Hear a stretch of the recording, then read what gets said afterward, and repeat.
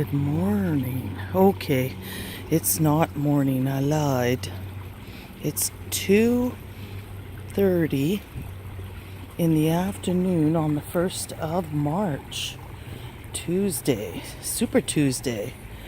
That's what they're calling it on the news. So we'll see how many more delegates Donald Trump will pick up. So it should be an exciting night. Okay, enough about the Trump talk. Some people hate Donald. I can't understand why. But back to the pond.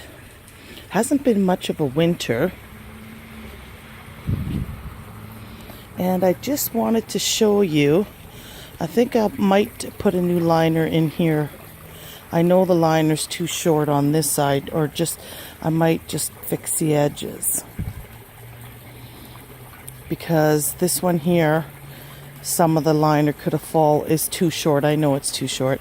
I should either fix it, I should just pull it out. I got this liner for free.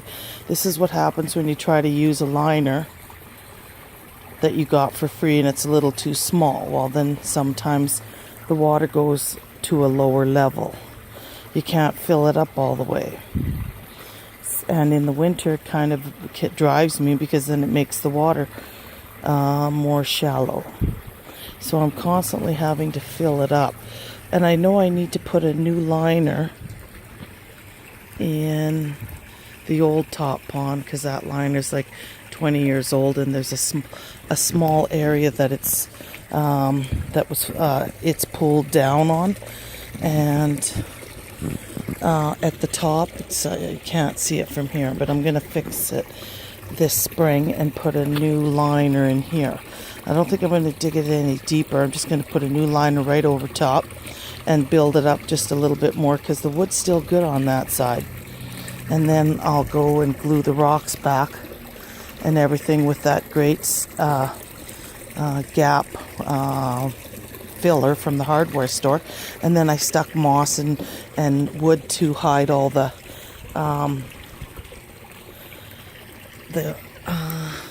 big gap filler. You can see it's starting to come out. It's getting old, but it's easy to repair. And it's easy to repair. It'll hold in place nice on a wooden edge, and then you can stuff moss in it. But this is going to be retouched up this spring. I mean, the can is cheap, and then you just put the rocks into the gaps. I'll have to do a demonstration and show you how you can. That way your rocks aren't falling all over the place. And this stuff here, when you're shooting it by the pond, if it gets in the pond, it doesn't mix with the water. It instantly turns to foam and it floats and you can pick it off. So, I'll just stick it right there. Everything's wet today.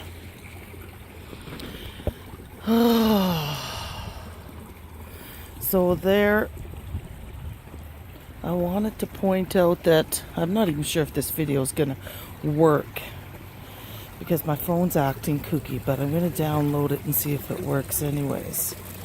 There's the two biggest, oldest fish, and the water's still quite cold, so they're not moving around much. They're still quite sleepy. And you can see that some of the algae is really starting to get long. So I'll take a twig, and I will start winding it up, but I think it's still too loose.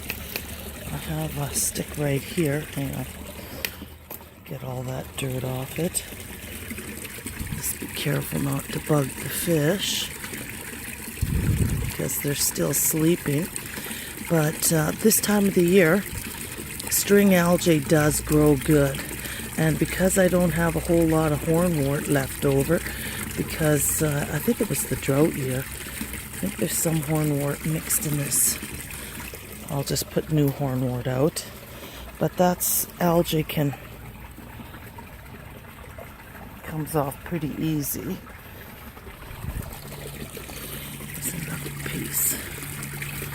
I just don't want to bug the fish. They're down at the bottom. You don't want to get them too excited. So The water's still ice cold. The ground isn't froze hard though. So that's a big difference. So the ice won't be as thick, even though it was like close to -10 Celsius last night. The ice is very thin. You can see that. Look, it's not even ice. It just looks like ice. It's all melting. And soon the plants will start coming back. There's another plane. I don't know why they have to. Right over my house they go. It's coming out of the trees. They go right over top of my house, I swear. They check on my ponds because there's lights that come on at night, even in the winter. So the ice glows. And they probably just, I don't know if it's a part of the route, but they always go right over my pond. For the last 10 years or so, it seems. I don't know. Maybe it's in the route.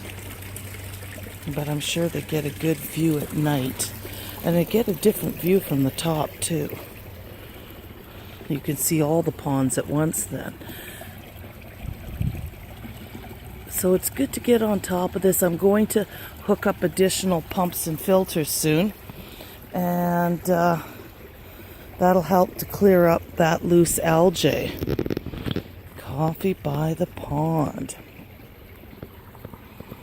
So it's good to have access, if you're running the ponds all winter, to a water source that you can flow water from the house into the pond when it's really cold because of water displacement, especially if you're running a series of ponds like I am. You get water displacement. It's turned into ice in the upper ponds, and sometimes the ice can overflow the edges, and then sometimes water splashes and splashes out and creates ice and different formations, and I don't know why, but the water, the cold, and then when you're heating the pond and it's really cold out, you get a lot of evaporation. So I'm just topping up the pond a little bit. I have easy peasy access from the window there all winter. It can be -40 below. I can still open that window there to the house, and I have a water hookup. And so I have easy access to top up the pond. Even if it's -40, I can run the hose out quick, throw it out, put it on the ice, flow it in the pond for 20 minutes.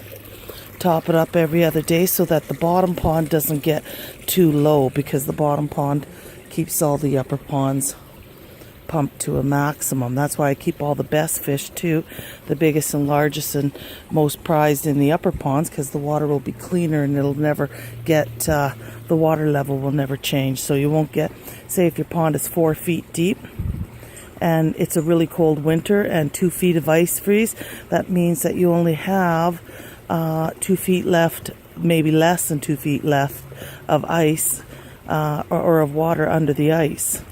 Now my ponds have never frozen 2 feet. Maybe down at the very bottom pond I've had a foot of ice in extreme cold, and there was probably less than a foot of water under it, a foot and a half maybe, when it's that heavily iced. And I only keep the smallest fish in the bottom pond, and then because the water still flows, it never froze solid, which is important. But I'm gonna fix that liner, and I don't know, I've got lots I want to do. Every year it's the same thing. You sit in the house and you daydream of ways to improve the pond over the winter. And that's about it for today in Canada. Coffee is delicious.